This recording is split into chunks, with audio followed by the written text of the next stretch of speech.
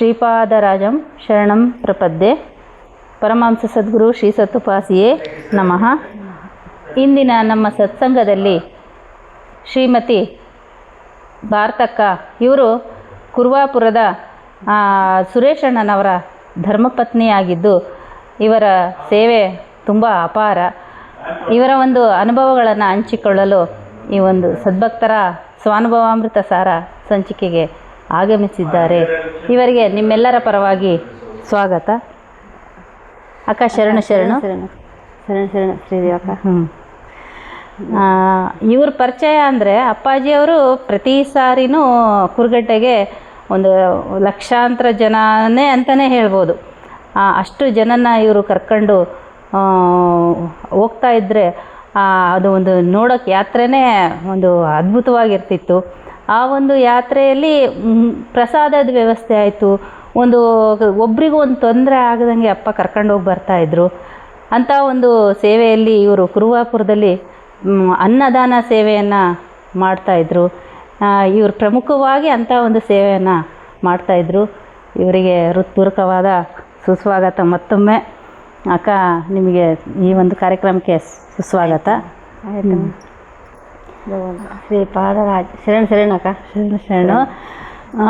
ಈಗ ನಿಮಗೆ ಅಪ್ಪಾಜಿ ಯಾವ ರೀತಿ ಸಿಕ್ಕರು, ಪರಿಚಯ ಹೇಗಾಯಿತು, ಇದೆಲ್ಲ ವಿಚಾರಗಳನ್ನು ನಮಗೆ ತಿಳಿಸ್ಕೊಡ್ರಮ್ಮ. ಆಯ್ತಮ್ಮ. ಶರಣ ಶರಣ. ಅಪ್ಪ ಸಿಕ್ಕಿದ್ದು ನಮಗೆ ಗುರುಗಳಂದರೆ ಭಾಳ ಇಷ್ಟ ಇತ್ತು. ನಾವು ಗುರುಗಳು ಅಂತಂದು ಭಾಳ ಇದು ಮಾಡ್ತಿದ್ವಿ. ಗಂಗಾಧರ ಸ್ವಾಮಿ ಅವರಿದ್ರು ಕುರುಗಡ್ಡೆಗ. ಅವರು ಮನೆಗೆ ಬರ್ತಿದ್ರಮ್ಮ. ಅವ್ರು ಬರ್ತಿದ್ರೆ ಅವ್ರು ಏನಂತಿದ್ರು, ನಿಮ್ಗೆ ಸಾಕ್ಷಾತ್ ಶಿವನೇ ಸಿಗುತ್ತಾನ ಭಾರತಿ ಅಕ್ಕ. ಅವರು ಭಾರತಿ ಅಕ್ಕ ಅಂತಿದ್ರು ಗಂಗಾಧರ ಸ್ವಾಮಿ ಅಂತ. ನಿಮ್ಗೆ ಸಾಕ್ಷಾತ್ ಶಿವನೇ ಸಿಗುತ್ತಾನ ಅಂತಂದು ಹೇಳ್ತಿದ್ರು. ಆಯ್ತಪ್ಪ ಅಂತಂದು ಹೇಳ್ತಿದ್ವಿ. ಅವ್ರಿಗೆಲ್ಲ ಕುರುವಾಪುರದಲ್ಲಿ ಇಡ್ಲಿ ಇದು ಚಟ್ನಿ ಸಾಂಬಾರು ಎಲ್ಲ ಒಯ್ದು ಅಲ್ಲಿ ಮಾಡಿಕೊಟ್ಟು ತಿನ್ನಿಸಿ ಬರ್ತಿದ್ವಿ. ಅಪ್ಪನ ಥರ ಇದ್ರು ಅವರು. ಅವ್ರಿಗೆಲ್ಲ ತಿನ್ನಿಸಿ ಬರ್ತಿದ್ವಿ. ಅವ್ರದ್ದು ಆದ್ಮೇಲೆ ಅಪ್ಪನವ್ರು ಸಿಕ್ಕರಮ್ಮ. ಅಪ್ಪನವ್ರು ಹೆಂಗ ಸಿಕ್ಕರಂದ್ರೆ, ಗಂಗಾಧರ ಸ್ವಾಮಿ ಅವರು ಹೇಳಿದ್ರಲ್ಲ, ಶಿವ ಬರ್ತಾನ ಅಂತಂದು ಹೇಳಿದ್ರು. ಶಿವ ಹೆಂಗ್ ಬರ್ತಾನಪ್ಪ ಅಂತಂದು ನಮ್ಗೆ ಭಾಳ ವಿಚಿತ್ರ ಆಯ್ತು. ಆದ್ರೆ ಗಂಗಾಧರ ಸ್ವಾಮಿ ಹೇಳಿದ್ರು ಬಿಡು, ಸಾಕ್ಷಾತ್ ಶಿವನೇ ಬರ್ತಾನಂತ ಅಂತಂದು ನಾವು ಬೆಳಿಗ್ಗೆ ಎಲ್ಲ ದಾವಣಗೆರೆಲಿಂದ ಬಂದ್ರು. ಸಾಯಂಕಾಲ ಬಂದ್ರೆ ನಮ್ಮ ಮನೆಯವರು ಅವ್ರಿಗೆ ಏನ್ ಮಾಡಿದ್ರು, ಒಂದು ಯಾಪಲ್ದಿನ ಕಲ್ತ್ರಂತ. 10 ರೂಪಾಯಿ ಕೊಡಕ್ ಹೋದ್ರೆ, ಬ್ಯಾಡಪ್ಪ ನಮ್ಗೆ 10 ರೂಪಾಯಿ ನಮ್ಮ ಗುರು ಬರ್ತಾನೆ ನಾಳೆ, ಅವ್ರಿಗೆ ಕೊಡ್ರಿ ಅಂತಂದು ಬಸವರಾಜಪ್ಪನವ್ರು ಹೇಳಿದ್ರು. ಅವ್ರ ತಾತ ಇದ್ದ ದಾವಣಗೆರೆ. ಆಯ್ತಪ್ಪ ಅಂತಂದು ನಾಳೆ ಅವ್ರಿಗೂ ಕೊಡ್ತೀವಿ ನಿಮ್ಗೂ ಕೊಡ್ತೀವಿ ಅಂದ್ರೆ, ಯಾರೋ ತಾತನವ್ರು ಬರ್ತಾರಂತ ನಮ್ಮ ಮನೆಗೆ ಅಂತಂದು ಬಂಡೆ ಬರ್ಸಿದ್ವಿ. ಎಲ್ಲ ಒಂದೇ ಗ್ಲಾಸ್ ಹಾಲು ತಗೊಂಡು ಮನೆಗೆ ಇಟ್ವಿ. ಎಣ್ಣೆಗೆ ದೀಪಕ್ಕೆ ಎಣ್ಣೆ ಹಾಕಿ ಇಟ್ಬಿಟ್ವಿ. ತಾತನವ್ರು ಬಂದೇ ಬರ್ತಾರಂತಂದು ನಮ್ಗ ಎದಕ್ಕೋ ಒಂಥರ ಆಗಿಬಿಡ್ತು. ಅದು ಅಪ್ಪ ಒಳಗೆ ಒಂದು ತಳಮಳ ಆಗಿಬಿಡ್ತು. ತಾತನವ್ರು ಬರ್ತಾರಂದ್ರೆ ತಾತ ಅಂತಿದ್ವಿ ಅವಾಗ. ಅಪ್ಪ ಅನ್ನೋದಿಲ್ಲ. ತಾತ ಬಂದ್ರು ದರ್ಶನ ಮಾಡ್ಕೊಂಡು ಬಂದ್ರು. ಅಂಗಡಿಯಲ್ಲಿ ನಿಂತು ಅವ್ರು ಹೋಗಿದ್ದು ಗೊತ್ತಿಲ್ಲ ನಮ್ಗೆ, ಅಪ್ಪನವ್ರು ಹೋಗಿದ್ದು ಗೊತ್ತಿಲ್ಲ. ಸ್ಟಾಪ್ ಆದ್ರು. ನಾವು ಅಪ್ಪನವ್ರು ಬಂದ್ರ ಅಂತಂದು ಹಿಂಗೆ ಮುಸ್ಕ ಹಾಕೊಂಡು ಹೋಗ್ಬಿಟ್ಟೆ. ನಮ್ಮ ಮನೆಯವ್ರು ಹೋದ್ರು. ಬಾಪ ಅಂದ್ರೆ ಎಲ್ಲ ಇನ್ನೊಂದ್ಸಲ ಬರ್ತೀನಿ ಅಂತಂದು ಹೇಳಿದ್ರು. ತಂಬಾಕು ಅಂದ್ರೆ ಕೊಡಪ್ಪ, ತಂಬಾಕು ಚೀಟಿ ಬೇಕು ಅಂತಂದು ಹೇಳಿದ್ರು. ಕಿರಾಣಿ ಅಂಗಡಿ ಇಟ್ಕೊಂಡಿದ್ರಿ ನಮ್ದು ಅಂಗಡಿ. ತಂಬಾಕು ಕೊಟ್ಟು ತಗೊಂಡೋದ್ವಿ ಕಾರ್ನಲ್ಗೆ. ಆಯ್ತಪ್ಪ ಇನ್ನೊಂದ್ಸಲ ಬರ್ತೀನಿ. ನಾನು ಜಲ್ದಿ ಹೋದೆ. ನಾನು ಹೋದ ತಕ್ಷಣ ಅಪ್ಪ ಬೆತ್ತ ಇಟ್ಕೊಂಡು ಒಡೆ ಬಂದ್ಬಿಟ್ರು ಕಾರ್ ಇಳಿದು. ನಮ್ಮನ್ನ ನೋಡಿದ ತಕ್ಷಣ ಬಾರ್ಯಪ್ಪ ಅಂತಂದ ಬಾತತ್ತ ಅಂದ್ರೆ ಆಯ್ತು ಬಂದ್ಬಿಟ್ರು. ಬಂದು ಎಲ್ಲ ದೀಪಕ್ಕೆ ಎಣ್ಣೆ ಹಾಕಿ ಉದಿನ ಕಡ್ಡಿ ಎಲ್ಲ ತಯಾರು ಮಾಡಿಟ್ಟಿದ್ವಿ ಪೂಜೆಗೆ. ಅಪ್ಪ ಬಂದು ದೀಪ ಹಚ್ಚಿ ಉದಿನ ಕಡ್ಡಿ ಬೆಳಗಿದ. ಹಂಗೆ ಕುಂತ್ರು. ಅಪ್ಪ ಒಂದೇ ಗ್ಲಾಸ್ ಅಪ್ಪ ನೋಡಿಲ್ಲ ಹಾಲ್ನ. ಅಪ್ಪ ಹಾಲು ಕುಡ್ತಿದ್ದೇನಪ್ಪ ಅಂದ್ರೆ, ಹಾಲು ಬೇಡಮ್ಮ ಚಹಾ ಮಾಡಿ ಎಲ್ಲರಿಗೆ ಅಂತಂದು ಹೇಳ್ಬಿಟ್ರು. ಅವಾಗ ಸಣ್ಣದಿತ್ತು ಮನೆ. ಆಯ್ತಪ್ಪ ಅಂತಂದು ಚಹಾ ಮಾಡಿಕೊಟ್ವಿ. ಭಾಳ ಅಪ್ಪ ಖುಷಿ. ಅಷ್ಟು ಖುಷಿ ಅಂದ್ರೆ ಅಷ್ಟು ಖುಷಿ ಆಯ್ತು. ಅಪ್ಪ ಎಷ್ಟು ಜನ ಬಂದಿದ್ರು? ಎಲ್ಲರಿಗೂ ಆಯ್ತಾ? ಎಲ್ಲರಿಗೂ ಆಯ್ತು ಟೀ. 10 ಜನ ಬಂದಿದ್ರಮ್ಮ. ಅವ್ರಿಗೆಲ್ಲರಿಗೂ ಟೀ ಕೊಟ್ವಿ. ಟೀ ಕುಡಿದ್ರು ಹೋದ್ರು. ಅವಾಗ ಮತ್ತೆ ಒಂದು 15 ದಿನಕ್ಕೆ ಬರ್ತೀನಿ ಅನ್ಲಿಕ್ಕೆ ಅಪ್ಪ ಆಯ್ತು ಮನೇನೆ ಒಂಥರ ಚೇಂಜ್ ಆಗಿಬಿಡ್ತಿತ್ತು ವಾತಾವರಣನೇ. ಅಪ್ಪನವ್ರು ಬರ್ತಾರೆ ಇವತ್ತು ಬರ್ತಾರ ಅಂತಂದು ಕ್ಯಾಲೆಂಡರ್ ಮೇಲೆ ಬರೆಯೋದನ್ನ 15 ದಿನಕ್ಕೆ ಒಂದ್ಸಲ ಬರ್ತಿದ್ದಪ್ಪ.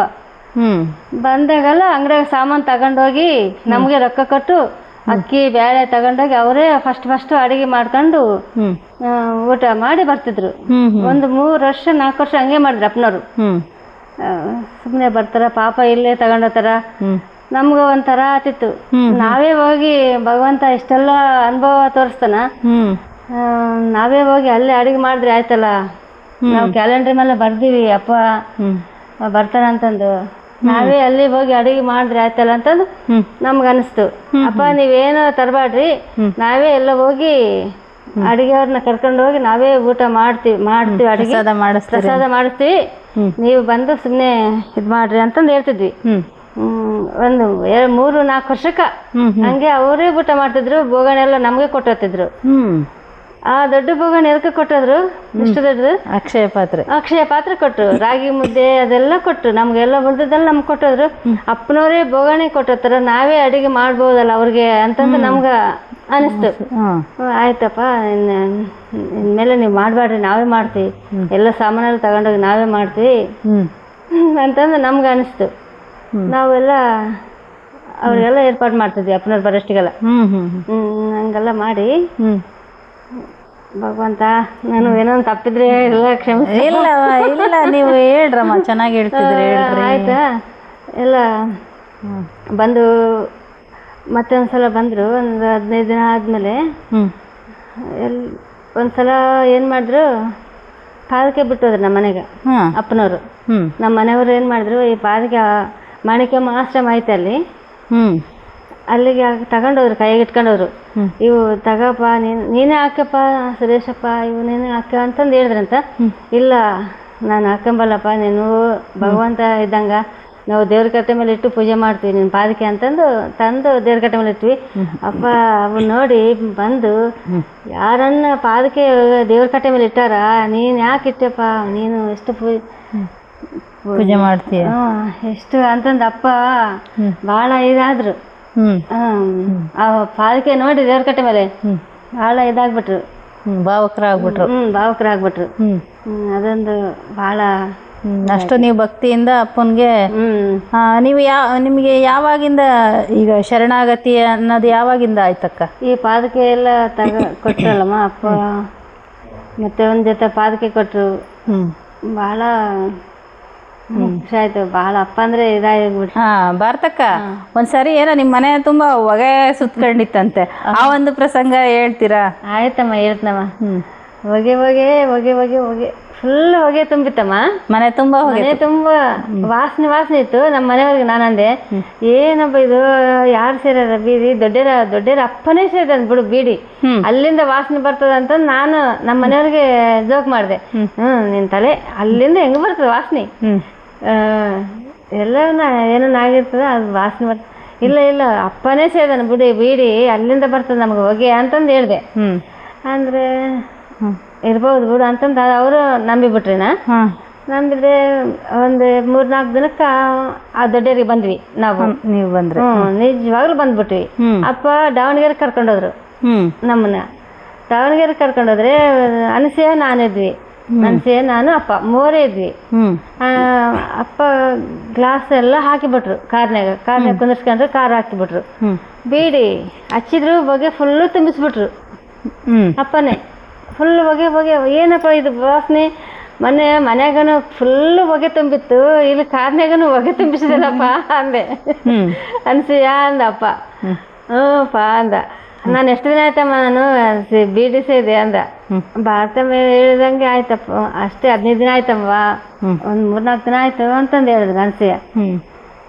ಅದು ನಾನು ನಗಕತ್ತೀನಿ, ಅಪ್ಪ ನಗಕತ್ತಾಳ, ಅನ್ಸಿ ನಗಕತ್ತಾಳ ಆ ಬೀಡಿ ವಾಸನೆಗೆ ನೋಡಿ.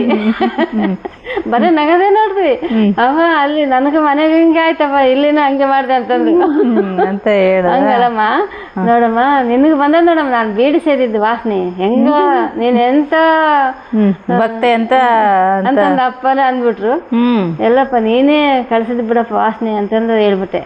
ಅದೊಂದು ಬಹಳ ಖುಷಿ ಆಯ್ತು. ಅಲ್ಲಿ ದಾವಣಗೆರೆಗೆ ಹೋಗಿದ್ವಿ, ಸತ್ಸಂಗ ಇತ್ತು ಅಲ್ಲಿ ದಾವಣಗೆರೆಗ. ಯಾರೋ ಮನೆಗೆ, ಅವ್ರ ಮನೆ ನನ್ಗೆ ಗೊತ್ತಿಲ್ಲ, ಅಲ್ಲಿ ಒಂದು ಸತ್ಸಂಗ ಇದ್ರೆ ಅಮ್ಮ ಬೀಡಿದ್ ಹೇಳಮ್ಮ ಅಂತಂದ ಅಪ್ಪ. ಅಷ್ಟು ಮಂದಿ ಅದ್ರಾಗ ಹೇಳಕತ್ತಾನ, ಅಲ್ಲಿ ಹೇಳ್ಬಿಟ್ಟೆ. ಈ ವಿಚಾರನ ಅಲ್ಲಿ ಹೇಳಿದ್ರಿ, ಸತ್ಸಂಗದಾಗನು ಹೇಳಿದೆ. ಒಂದ್ಸಾರಿ ಮತ್ತೆ ಇನ್ನ ಅಪ್ಪ ನಿಮ್ಗೆ ಒಂದು ಈ ಅಪ್ಪ ಏನ್ ಮಾಡಿದ್ರು, ಅಲ್ಲಿ ದಾವಣಗೆರೆ ಕರ್ಕೊಂಡೋಗಿದ್ರಲ್ಲ, ಎಷ್ಟೊಂದು ಬಟ್ಟೆ ಕೊಟ್ಟಿದ್ರು. ಅವಾಗ ನಾನು ತಾಳಿ ಚೈನು ಮಾಡಿಸ್ಕೊಂಡಿದ್ದೆ. ಅಪ್ಪ ಅದೇ ತಾಳಿ ನಮ್ಗೆ ಹಾಕಿದ್ರು ನಮ್ಮ ಮನೆಯವ್ರಿಗೆ. ಆ ಬಟ್ಟೆ ಎಲ್ಲ ಎಲ್ಲರೂ ಕೊಟ್ಬಿಟ್ಟೆ. ಇಲ್ಲಿ ಎಲ್ಲರಿಗೆ ಅಪ್ಪನೇ ಕೊಡ್ಸ್ಬಿಡು. ಅಲ್ಲ, ಅದೊಂಥರ ಮದುವೆ, ನಮ್ಮದು ಇಬ್ಬರದು ಮದುವೆ ಮಾಡ್ದಂಗ ಮಾಡ್ಬಿಟ್ರು. ತಪ್ಪು ಅನ್ಕೋಗ್ರಿ ಅಂತಂದು. ಪಾದಕೆನೂ ಕೊಟ್ಟು ಅವತ್ತೇ ಅಪ್ಪ ಪಾದಕೆ ಕೊಟ್ರು, ಕಟ್ಟಿಗೆ ಪಾದಕೆ ಇಬ್ಬರಿಗೆ ಅಕ್ಷತೆ ಹಾಕಿ. ಅದು ಬಹಳ ದಂಡ ಕೊಟ್ರ. ದಂಡ ಮನೇಲೆ ಕೊಟ್ಟಿದ್ರು, ಪಾದಕೆ ಕೊಟ್ರು, ಮತ್ತೆ ಇಲ್ಲೊಂದು ಜೋಡಿ. ಈ ರೀತಿ ಅಪ್ಪ ನಿಮಗೆ ಕೃಪೆ ಮಾಡಿದ್ರು ಅಂತ ಹೇಳ್ಬೋದು. ಹೌದಪ್ಪ, ಬಹಳ ಅಪ್ಪಂದು ಎಷ್ಟು ಹೇಳಕನೇ ಆಗುವಲ್ದು, ಅಷ್ಟು ಇದು. ಬರ್ತಕ್ಕ ಒಂದ್ಸಾರಿ ಅಪ್ಪಾಜಿ ನಿಮ್ಗೆ ದುಡ್ಡು ಕೊಟ್ಬಿಟ್ಟು ಸೀರೆ ತಗೊಳ್ರಿ ಅಂತ ಕೊಟ್ಟಿದ್ರಂತೆ, ಅದ್ರ ಒಂದು ಅನುಭವವನ್ನ ಹಂಚ್ಕೊಳ್ತೀರಾ, ಹೇಳ್ತೀರಾ? ಹೇಳಿದ್ ಅಂತ. ಅದು ಒಂದು ಅಪ್ಪ ಸೀರೆಗೆ ರೊಕ್ಕ ಕೊಟ್ರಲ್ಲ, ನಾವು 3 ಸೀರೆ ತಗೊಂಡ್ವಿ. ಅದ್ರಾಗ ನಾವು ಅಕ್ಕ ತಂಗಿಯರು 3 ಕಲರ್. ನೀವು 3 ಜನ ಅಕ್ಕ ತಂಗಿಯರು, ನಗೆಣ್ಣರು. ನಾವು 3 ಕಲರು ಯಾರ್ಯಾರು ಇಷ್ಟಪಟ್ಟಿದ್ವಲ್ಲ ತಗೊಂಡ್ಬಿಟ್ವಿ. ತಗೊಂಡ್ಮೇಲೆ ಅಪ್ಪ ಬಂದರು, ನೀವು ಸೀರೆ ತಂದ್ಕೊಂಡ್ರೇನಮ್ಮ ಅಂತ ಕೇಳಿದ್ರು. ತಂದಿವಿ ಅಪ್ಪಾಜಿ ಅಂದ್ವಿ. ಕೊಟ್ವಿ. ಯಾರ್ಯಾರಿಗೆ ಇಷ್ಟ ಬಂದಿದ್ವಲ್ಲ ಅವ್ರಿಗೆ ಕೊಟ್ಬಿಟ್ಟಪ್ಪ. ಅವೇ ಕಲರ್ಗಳನ್ನ, ಅವೇ ಕಲರು ಯಾರ್ಯಾರಿಗೆ ಇಷ್ಟ ಬಂದಿದ್ವು ಅವೇ ಕೊಟ್ಬಿಟ್ರು. ಇದೊಂದು ಪ್ರಸಂಗ ನಡೀತು ಅಂತ ಹೇಳ್ಬೋದು. ಅದಾದ್ಮೇಲೆ ಇದು ಒಂದು ಸರಿ ಪಾರಾಯಣ ಟೈಮಲ್ಲಿ ಅಲ್ಲ, ಪಾರಾಯಣದಲ್ಲಿ ನೀವು ಬರಿತಾ ಇದ್ರಂತೆ, ಎಲ್ಲ ಬರ್ತಿದ್ರೆ ಎಲ್ಲ ಲಾಸ್ಟ್ ಒಂದು 2 ಪೇಜ್ ಇದ್ದು. ನಾನೇ ಕುರುವಪುರದಲ್ಲೇ ಮುಗಿಸ್ಬೇಕು ಇದು ಪೂರ್ತಿ ಶ್ರೀಪಾದ ವಲ್ಲಭರ ಚರಿತ್ರೆನೇ ಬರಿತಾ ಇದ್ರೆ ನೀವು? ಬುಕ್ಕೇ ಬರ್ದೆ, 4-5 ಕಾಪಿ ಇದು. ಅದು ಜಾಸ್ತಿ ಆದು ಬಿಡು. ಲಾಸ್ಟ್ 1-2 ಪೇಜ್ ಇದ್ರೆ ಅಲ್ಲಿ ಲಾಸ್ಟ್ ಕುರುವಪುರದಲ್ಲೇ ಮುಗಿಸ್ಬೇಕು ಅಂದ್ಕೊಂಡಿದ್ದೆ. ಆ ಅಪ್ಪ ಏನ್ ಮಾಡಿದ್ರು, 9 ಹೆಣ್ಮಕ್ಳನ್ನ ಕಳಿಸ್ಬಿಟ್ಟ. ನಾನು ಹಬ್ಬಕ್ಕೆ ಹೆಂಗ ಹೋಗ್ಲಬ್ಬ, ಅಲ್ಲಿಗೆ ಹೋಗಕ್ಕಾಗೋದಿಲ್ಲ ಅಂತಂದು ಅನ್ಕೊಂತಿದ್ದೆ. ಕರೆಕ್ಟ್ ನಾನು ಹೋಗೋ ಟೈಮ್ಗೆ ಅಪ್ಪನವರು ಹೆಣ್ಮಕ್ಳನ್ನ ಕಳಿಸ್ಬಿಟ್ಟ.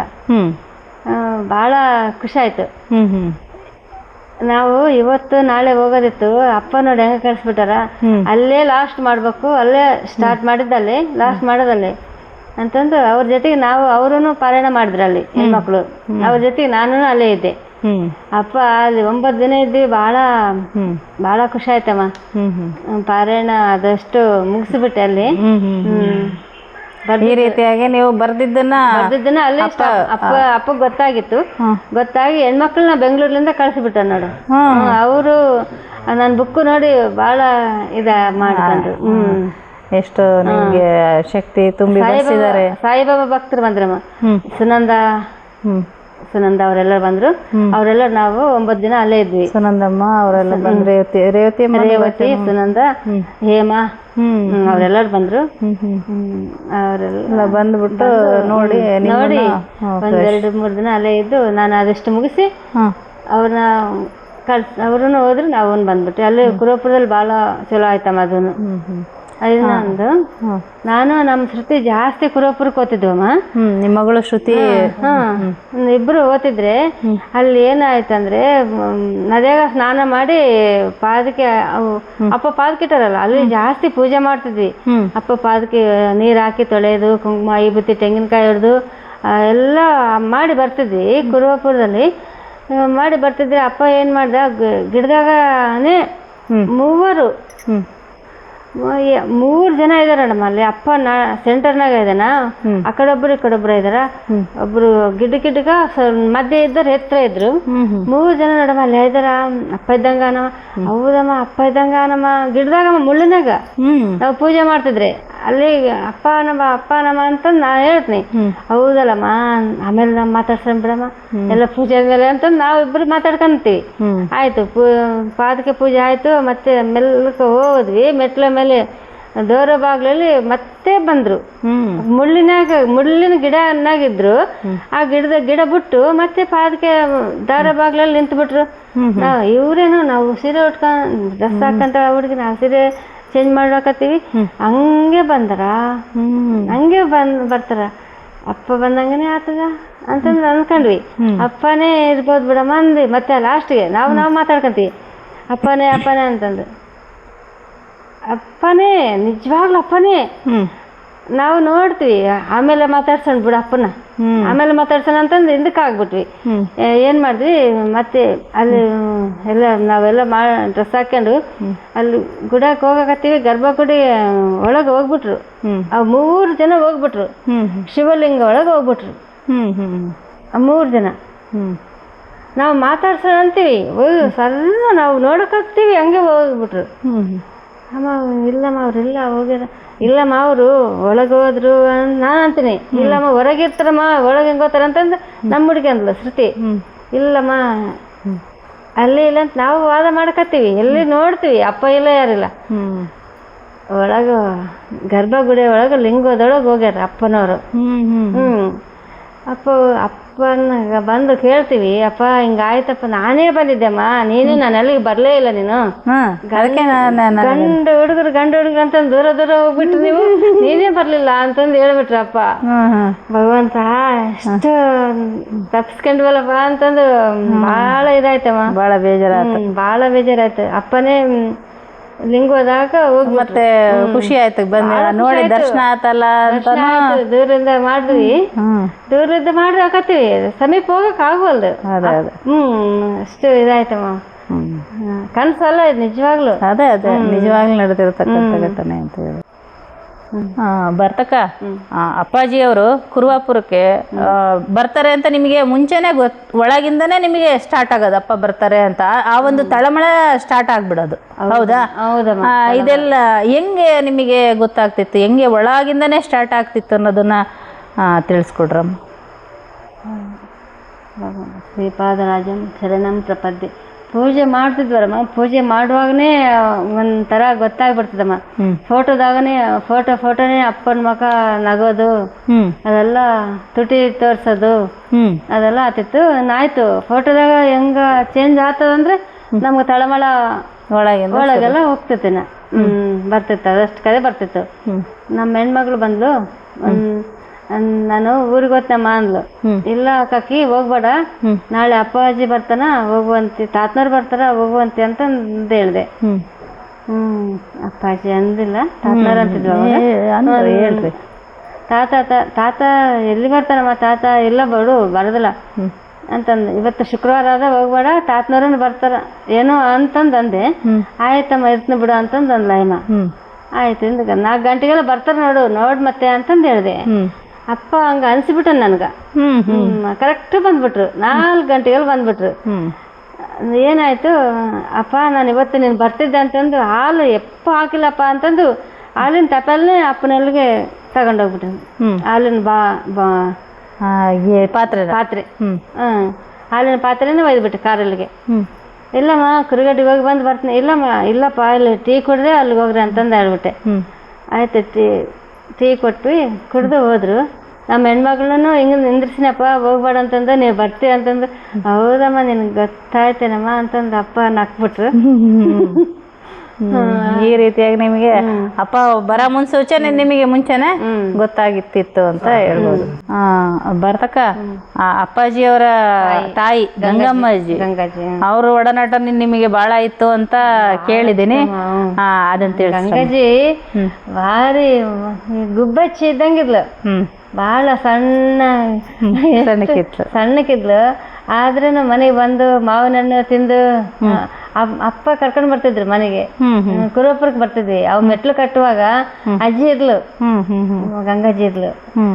ನಮ್ಮ ಅಷ್ಟು ಜೀವ ಮಾಡ್ತಿದ್ಲು. ಸುರೇಶ್ ಹಂಗ ಇದ್ದಾನ ಅಂತಂದು ಭಾಳ ಖುಷಿ ಪಡ್ತಿದ್ಲು ಅಜ್ಜಿ. ತಲೆ ಮೇಲೆಲ್ಲ ಕೈ ಇಟ್ಟು ಸೌರಿ ಬೆನ್ನಿಗೆ ಹೊಡೆದು ಭಾಳ ಇದು ಮಾಡ್ತಿದ್ಲಮ್ಮ. ಅಜ್ಜಿ ನೋಡಿದ್ರೆ ನನಗೆ ಅಷ್ಟು ಖುಷಿ ಆಗ್ತಿತ್ತು. ನಿಮ್ಮ ತಾಯಿ ನೋಡಿದ್ರೆ ತಾಯಿ ಕನ್ನ ಜಾಸ್ತಿ, ತಾಯಿ ಇಲ್ಲ, ತಾಯಿ ಇನ್ನ ಜಾಸ್ತಿ. ಅಜ್ಜಿ ಅಂದ್ರೆ ಅಜ್ಜಿ ನೋಡಕ್ಕೆ ಬರ್ತಿದ್ವಿ ಅಲ್ಲಿಂದ ಇಲ್ಲಿಗೆ. ಅಜ್ಜಿ ರೂಮ್ಗೆ ಹೋಗ್ತಿದ್ದೆ ಫಸ್ಟ್ ಬರೋನೆ, ಅಜ್ಜಿನಲ್ಲಿಗೆ ಹೋಗ್ತಿದ್ದೆ. ಅಜ್ಜಿನ ಪಾದ ಎತ್ಕೊಂಡು ಅಪ್ಪಗ ಬರ್ತಿದ್ದೆ. ಭಾಳ ಇದು ಮಾಡ್ತಿದ್ಲಮ್ಮ. ಸುರೇಶ್ ಅಣ್ಣ ಹೆಂಗ ಇದಾನಮ್ಮ ಅಂತ ಕೇಳ್ತಿದ್ಲ ಫಸ್ಟ್. ತಕ್ಷಣ ಸುರೇಶ್ ಹೆಂಗ ಇದಾನಮ್ಮ, ಆರಾಮ ಇದೆ, ಹುಡುಗನ ಕೇಳ್ತಿದ್ಲ. ಭಾಳ ಖುಷಿ ಅಜ್ಜಿ ಅಂದ್ರೆ ಭಾಳ ಖುಷಿ ಇರ್ತಿತ್ತು. ನಾವು ಅದೇ ಟೈಮ್ಗೆ ಶ್ರೀಶೈಲಕ್ಕೆ ಹೋಗಿ 108 ಲಡ್ಡು ತಂದ್ವಿ. ಶ್ರೀಶೈಲಕ್ಕೆ ಹೋಗಿ ಅಜ್ಜಿ ಲಿಂಗವಾಗ ಹೋದ್ಲಲ್ಲ, ಅದೇ ಟೈಮ್ಗೆ ರಾತ್ರಿ ನಾವು ಬಿಲ್ವಪತ್ರೆ ಇಷ್ಟು ತಂದು ರಾತ್ರಿ ನಾವು ಮನೆಯವ್ರು ನಾವು ಚಲೋದು ಆರಿಸಿ ಕೊಟ್ರವರು. ನಾವು ಕಟ್ಕಂತ ಎಷ್ಟು ಗಂಟೆಗಪ್ಪ ಸಾಯಂಕಾಲ ಬಿಟ್ಟಿವಿ ಅಲ್ಲಿ. 3 ಗಂಟೆಗೆಲ್ಲ ಸ್ಟಾರ್ಟ್ ಮಾಡಿವಿ ಬಿಲ್ಪತ್ರೆ ಕಟ್ಟೋದು. ರಾತ್ರಿ 3 ಗಂಟೆಗೆಲ್ಲ ಸ್ಟಾರ್ಟ್ ಮಾಡಿದ್ವಿ. 6 ಗಂಟೆಗೆಲ್ಲ ಎಲ್ಲ ಬಿಲ್ಪತ್ರೆ ಸರ ಮಾಡಿದ್ವಿ. ರಾತ್ರಿ ಬಂದ್ಬಿಟ್ವಮ್ಮ. ನಾವು ಹುಡುಗನ ಕರ್ಕೊಂಡು ನಾವು ಲಡ್ಡು ತಗೊಂಡು ಬಸ್ಸಿಗೆ ಬಂದ್ಬಿಟ್ವಿ. ಚಳ್ಳಿಕೆರೆಗೆ ಬಂದು ಇಲ್ಲಿ 4 ಗಂಟೆಗೆಲ್ಲ ಇಲ್ಲಿ ನೋಡ್ತೀವಿ ಅಮ್ಮನ ಚಿಲ್ಲಾಗಾಕ್ಯಾರ. ಲಿಂಗೋದಾಗ ಹೋಗಿದ್ಲಮ್ಮ. ಲಿಂಗ ಏನಬ್ಬ ಎಲ್ಲ ಕುಂತಾರ ಅಂತ ನಾವು ವಿಚಿತ್ರ ಆಗ್ಬಿಟ್ವಿ, ಗಾಬರಿ ಆಗ್ಬಿಟ್ವಿ. ಅಪ್ಪ ಕರ್ಕೊಂಡೋಗಿ ಅಲ್ಲಿ ಹಳೆ ಕನ್ನೇಶ್ವರ ದೇವಸ್ಥಾನ ಅಲ್ಲಿ, ಇಲ್ಲ ಹಳೇದಲ್ಲ ಹೊಸ ಅಲ್ಲೇ ಅಲ್ಲಿಗೆಲ್ಲ ಕರ್ಕೊಂಡೋದ್ರು ಅಮ್ಮನ. ಬಿಲ್ವಪತ್ರೆ ಸರ ತಂದಿದ್ವಿ. ಅಪ್ಪ ಅಮ್ಮಗ ಹಾಕಿಬಿಟ್ರು. ನಮ್ದೇ ಫಸ್ಟ್ ಅಲ್ಲಿ ನಮ್ದೆಲ್ಲ. ಅಪ್ಪ ಹಂಗ ಕರ್ಕೊಂಡ್ಬಿಟ್ಟನಪ್ಪ. ಅಪ್ಪ ಗಂಗಾಜಿ ಹಂಗ ಕರ್ಕೊಂಡ್ಬಿಟ್ಟಾಳ ಅಮ್ಮನ. ಬಿಲ್ವಪತ್ರೆ ಸರ ಹಾಕಿದ್ವಿ. ಅಷ್ಟು ಲಕ್ಷಣ ಆದ್ಲ ಅಮ್ಮ ಸರ ಹಾಕಿದ ತಕ್ಷಣ. ಭಾಳ ಖುಷಿ ಆಯ್ತು. ಲಡ್ಡು ತಂದೀವಪ್ಪ ಅಂತಂದು ಹೇಳಿದ್ರೆ ಅಪ್ಪ ಇದ್ದೇನಂದ್ರು, ಶ್ರೀಶೈಲ ಅಂದ್ರೆ ಅಮ್ಮಗ ಭಾಳ ಇಷ್ಟ, ಅಲ್ಲಿಂದ ಲಡ್ಡು ತಗೊಂಡು ಬಂದಾರ ಅಮ್ಮಗೆ. ಫಸ್ಟ್ಲಿಂದ ಶ್ರೀಶೈಲ ಅಂದ್ರೆ ಭಾಳ ಇಷ್ಟ ಅಂತಂದು ಅಪ್ಪನೂ ಭಾಳ ಇದಾಗ್ಬಿಟ್ರು, ಖುಷಿ ಪಟ್ರು ಭಾಳ. ನಾವ್ ಹೆಂಗ್ ಬಂದೀವಿ ನೋಡಮ್ಮ. ಹೌದು, ರಾತ್ರಿ ಬಂದೀವಂದ್ರೆ ಬಸ್ ಈ ರೀತಿಯಾಗ ಅಮ್ಮ ಹೋದಾಗ ಅಷ್ಟು ಇಷ್ಟ. ಗಂಗಾಜಿ ಅಂತಂದ್ರೆ ನಿಮಗೆ ಇಷ್ಟ ಇತ್ತಲ್ಲ, ಮತ್ತ ಅವರು ಹೋಗೋದು ಮುನ್ಸೂಚನೆ ನಿಮ್ಗೆ ಗೊತ್ತಾಗಿದೆ ಅಂತ. ಲಿಂಗಕ್ಕೆ ಆಗೋದು ಮುಂಚೆನೆ ಗೊತ್ತಾಗಿದೆ. ಶ್ರೀಶೈಲಕ್ಕೆ ಹೋಗಿ ಲಾಡ್ಡು ತಂದು ಅಮ್ಮ ಎಷ್ಟು ಶಕ್ತಿವಂತ. ಅಮ್ಮನೇ ಸಾಕ್ಷಾತ್ ಪಾರ್ವತಿ ದೇವಿ, ಗಂಗಾಜಿ ಪಾರ್ವತಿ ದೇವಿ. ಅಷ್ಟು ಹೇಳ್ಕೊಂಡು ಬಿಟ್ಟಳ ನಮ್ಮನ್ನ. ಹೌದಮ್ಮ. ಶ್ರೀಶೈಲಕ್ಕೆ ಹೋಗಿದ್ವಿ ಒಂದ್ಸಲ ನಾವೆಲ್ಲ. ಇದೇ ತರ ಒಂದ್ಸರಿ ಶ್ರೀಶೈಲಕ್ಕೆ ಹೋಗಿದ್ರ? ಫಸ್ಟ್ ಸಲ ಒಂದು ಭಾಳ ವರ್ಷ ಆಯ್ತು, 5 ವರ್ಷದ ಕೆಳಗೆ ಹೋಗಿದ್ವಿ. ಶ್ರೀಶೈಲಕ್ಕೆ ಹೋದಾಗ ಏನಾಯ್ತಮ್ಮ, ಬಿಲು ಎಲ್ಲ ಅಭಿಷೇಕ ಆಯ್ತು, ಕುಂಕುಮಾರ್ಚನೆ ಮಾಡಿಸಿದ್ವಿ, ಎಲ್ಲ ಮಾಡಿಸಿದ್ವಿ. ಸುಮ್ಮನೆ ಕುಂತಿದ್ವಿ ಅಮ್ಮವಾರ ಗುಡಲ್ಲಿ. ಕುಂತಿದ್ರೆ ಅಲ್ಲಿ ಏನು ಗಿಡ ಇಲ್ಲ ಏನಿಲ್ಲ, ಬಿಲ್ವಪತ್ರೆ ಬಂದು ನಾನು ಒಡೆಗ ಒಂದು ಬಿತ್ತು. ಅಪ್ಪ ಅವಾಗ ಒಂದು ರುದ್ರಾಕ್ಷಿ ಹಂಗ ಕೊಟ್ಟಿದ್ರು, ಹಂಗ ಬಿಲ್ವಪತ್ರೆ ಶ್ರೀಶೈಲದಾಗ ಅದೇ ಥರ ಬಂತು. ಭಾಳ ಅದೊಂದು ಖುಷಿ ಆಯ್ತಪ್ಪ. ಕುಂಕುಮಾರ್ಚನೆ ಮಾಡಿಸ್ಬೇಕಾದ್ರೆ ಹಂಗ ಕುಂಕುಮಾರ್ಚನೆ ಮಾಡಿಸ್ಬೇಕಾದ್ರೆ ಹಂಗ ಬಿಲ್ವಪತ್ರೆ ಬಂತು. ಅಪ್ಪನೇ ಬಂದನ ಅಂತಂದು ಭಾಳ ಖುಷಿ ಆಯ್ತು. ಭಾರತಕ್ಕ, ನಿಮ್ಮ ಮನೆಗೆ ಸ್ವಾಮಿ ಸಮರ್ಥರದ ಒಂದು ವಿಗ್ರಹಕ್ಕೆ ಅಪ್ಪಾಜಿಯವರು ಪೀಠ ಕೊಟ್ಟರು ಅಂತಲ್ಲ, ಆ ಒಂದು ಸಂದರ್ಭವನ್ನ ವಿವರಿಸ್ತೀರಾ? ಆಯ್ತಮ್ಮ, ಹೇಳ್ತೀನಿ. ಅಪ್ಪಂದಡ್ಡಿ ಸ್ವಾಮೀಜಿ ಅಂತ ಇದ್ರಮ್ಮಲ್ಲಿ, ಮುಗುಳ್ಕೋಟೆ ತಾತನವರು. ಆ ತಾತನವರು ಅಕ್ಕಲ್ಕೋಟೆ ಸ್ವಾಮಿ ಸಮರ್ಥ ವಿಗ್ರಹ ಕೊಟ್ರು. ಒಂದು 4 ದಿನಕ್ಕನೇ ಅಪ್ಪ ಬಂದ ಕುರುವಪುರಕ್ಕೆ ಬಂದ.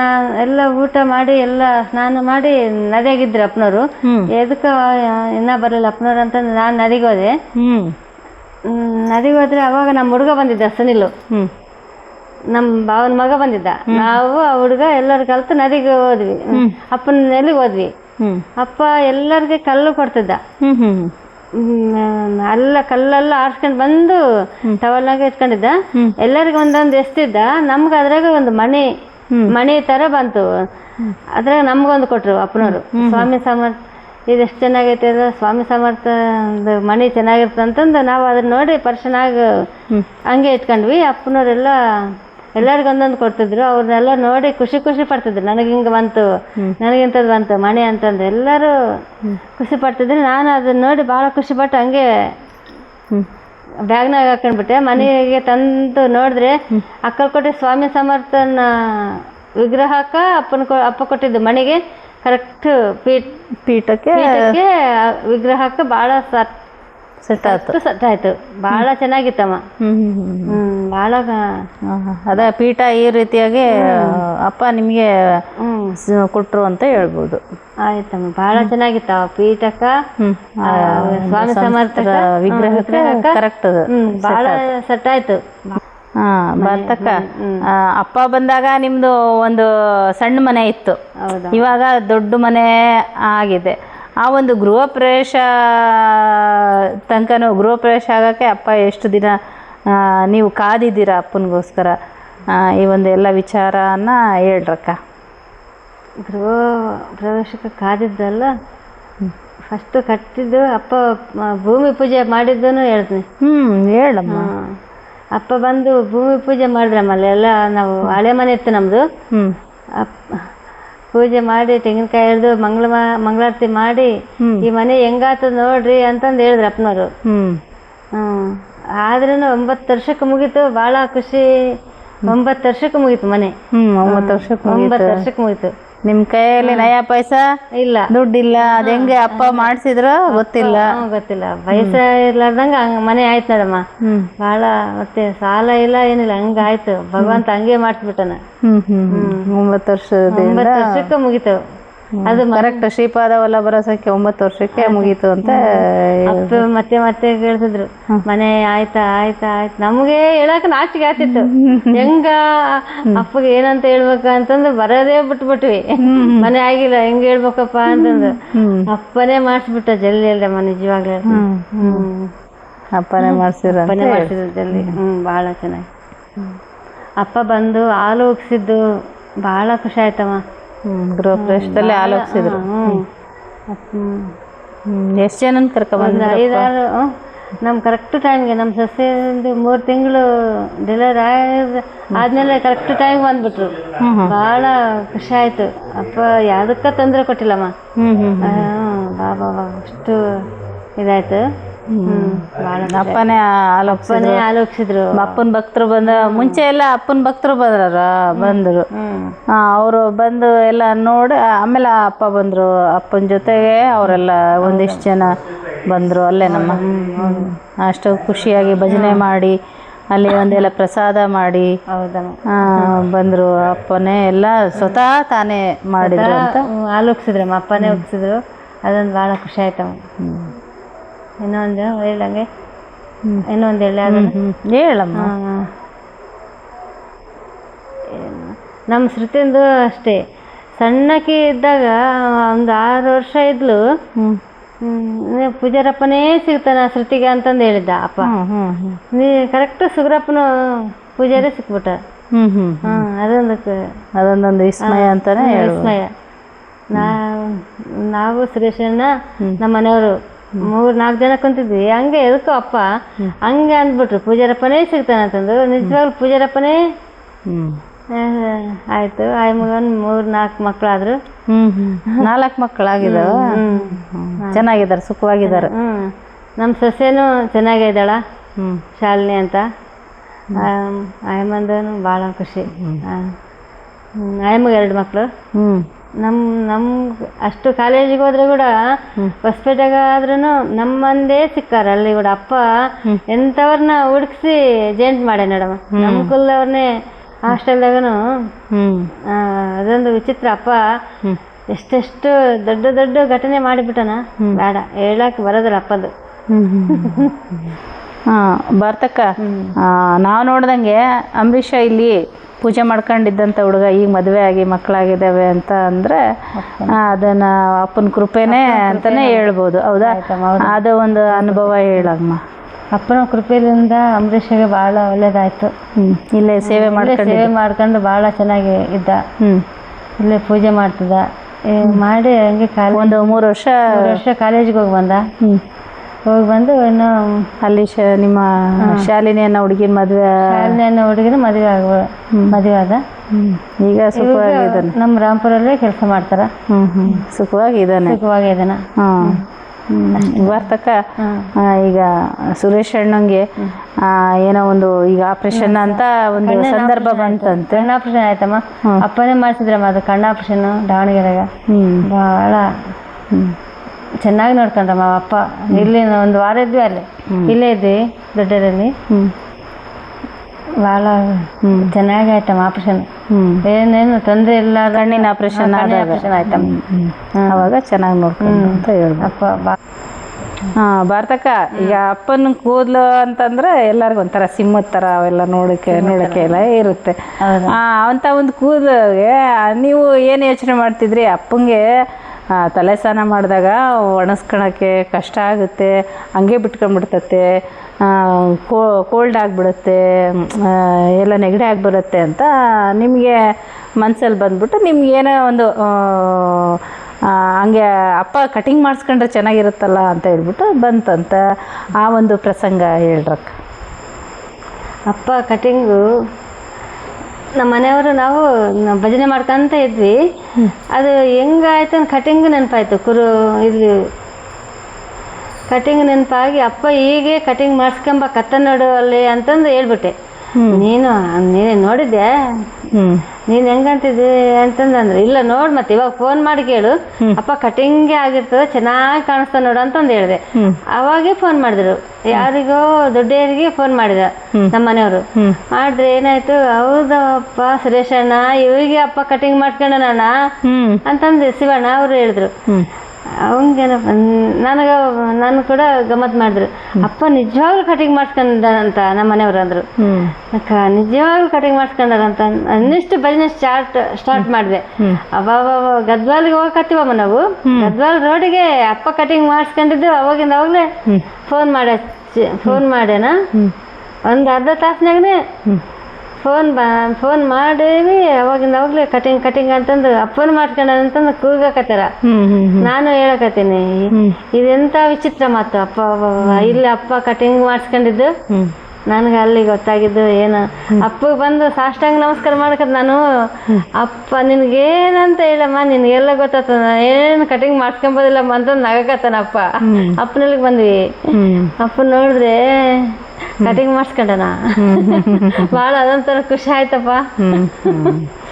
ಮತ್ತೆ ಭಜನೆ ಕೂಡ ನೀವು ಅಲ್ಲಿ ಯಾವ್ದು ಹೇಳ್ತಿದ್ರೆ ಇಲ್ಲೂ ಅವೇ ಭಜನೆ. ಬೆಳಗ್ಗೆ ಇಲ್ಲಿ ಏನ್ ಭಜನೆ ಹೇಳ್ತಾ ಇದ್ರು ಆಶ್ರಮದಲ್ಲಿ, ಅದೇ ಭಜನೆ ನೀವು ಮನೆಯಲ್ಲಿ ಹೇಳ್ತೀರಾ? ಅಪ್ಪನಾಡಿ ಹೇಳ್ತಿದ್ವು ಅಲ್ಲಿ ಕೂಡ. ಅವೇ ಭಜನೆಗಳು ಇಲ್ಲಿ ಯಾವ ಹೇಳಿರ್ತಾರೋ ಆ ದಿನ, ಒಂದು ದಿನ ಆ ದಿನದಲ್ಲಿ ಯಾವ ಭಜನೆ ಹೇಳಿರ್ತಾರೋ ನೀವು ಅಲ್ಲಿ ಅದೇ ಭಜನೆಗಳನ್ನ ಇಲ್ಲಿ ಭಜನೆ ಸ್ಟಾರ್ಟ್ ಆದ್ರೆ ಅಲ್ಲಿ ನಮಗೆ ಕೇಳಿಸ್ತಿತ್ತು.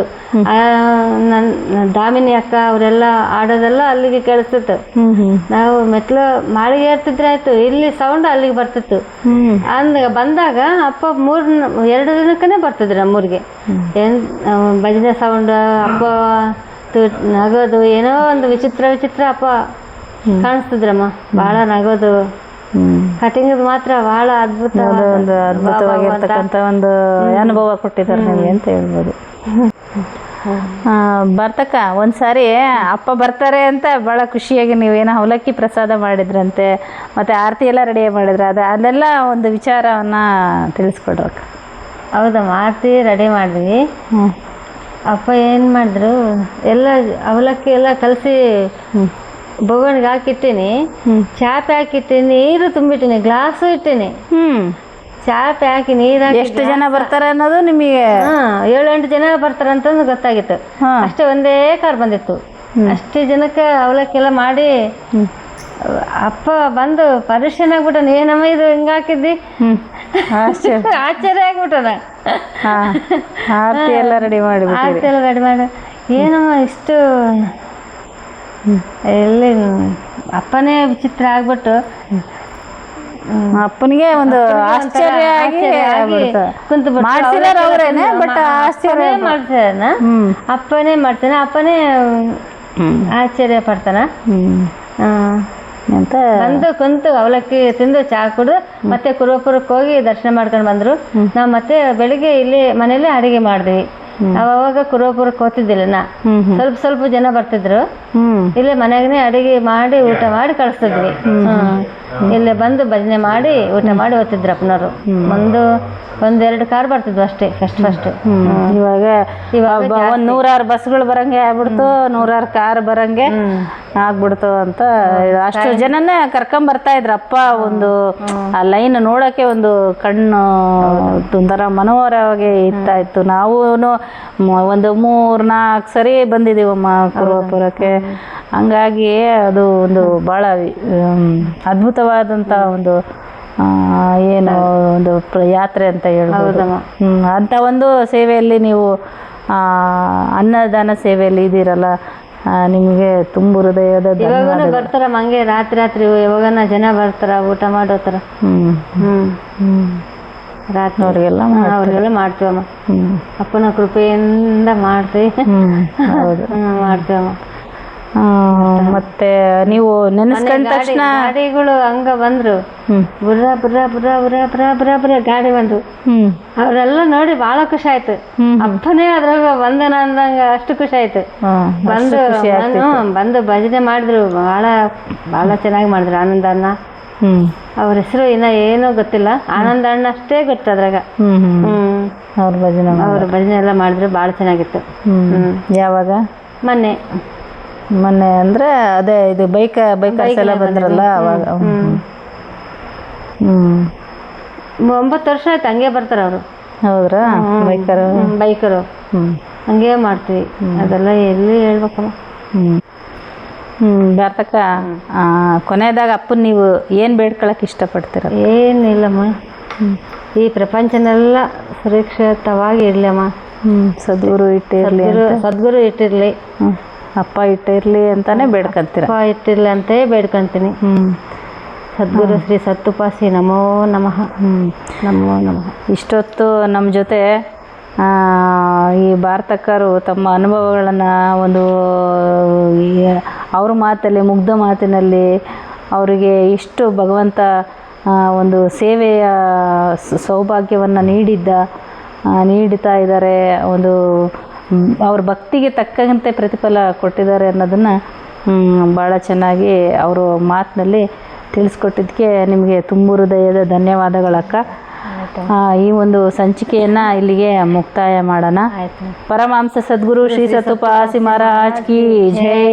ದಯಾಮಯಿ ಸಮೇತ ಪರಮಹಂಸ ಸದ್ಗುರು ಶ್ರೀ ಸತ್ತುಪಾಸಿ ಮಹಾರಾಜ್ ಕಿ ಜೈ. ಅಖಿಲಾಂಡ ಕೋಟಿ ಬ್ರಹ್ಮಾಂಡ ನಾಯಕ ರಾಜಾಧಿರಾಜ ಪರಮ ಹಂಸ ಸದ್ಗುರು ಶ್ರೀ ಸತ್ತುಪಾಸಿ ಮಹಾರಾಜ್ ಕಿ ಜೈ. ಜೈ ಜೈ ಗುರುದೇವ ದತ್ತ. ನಮಸ್ಕಾರ.